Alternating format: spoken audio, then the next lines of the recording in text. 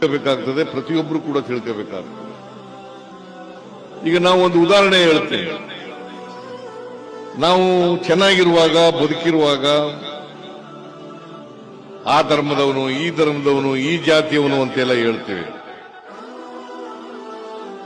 ನನಗೆ ಕಾಯಿಲೆ ಬಂದಾಗ, ಆಪರೇಷನ್ ಮಾಡಿಸ್ಕೋಬೇಕಾದಂತ ಪರಿಸ್ಥಿತಿ ಬಂದಾಗ ನನ್ನ ಜಾತಿಯವನೇ ರಕ್ತ ಕುಡಿ ಅಂತ ಕೇಳ್ತೀನ ನಾನು.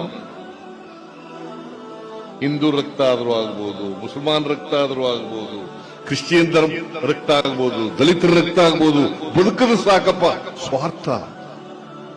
ಅದಕ್ಕೋಸ್ಕರ ಯಾರ ರಕ್ತನಾದ್ರೂ ಕೂಡ ತಗೊಳ್ತೀನಿ. ಬ್ಲಡ್ ಬ್ಯಾಂಕ್ ನಲ್ಲಿ ಇದ್ದಿದ್ದ ಜಾತಿ ಅಂತ ಬರೆದಿರ್ತಾರ, ರಕ್ತ ತಗೊಳ್ಳುವಾಗ ಇಂಥವನ್ ರಕ್ತ ಅಂತ ಬರೆದಿರ್ತಾರ. ಸ್ವಾರ್ಥಕ್ಕೋಸ್ಕರ ಬದುಕಲಿಕ್ಕೋಸ್ಕರವಾಗಿ ಯಾರ ರಕ್ತನಾದ್ರೂ ತಗೊಂಡು ಬದುಕ್ತೀನಿ. ಬದುಕಿದ ಮೇಲೆ ನೀನು ಆ ಧರ್ಮದವನು, ಈ ಧರ್ಮದವನು ಅಂತ ಮಾಡ್ತೀವಲ್ಲ, ಇದಕ್ಕಿಂತ ಅಮಾನವೀಯವಾದದ್ದು ಬೇರೆ ಯಾವುದೂ ಇಲ್ಲ ಅಂತ ತಿಳ್ಕೋಬೇಕಾಗ್ತದೆ.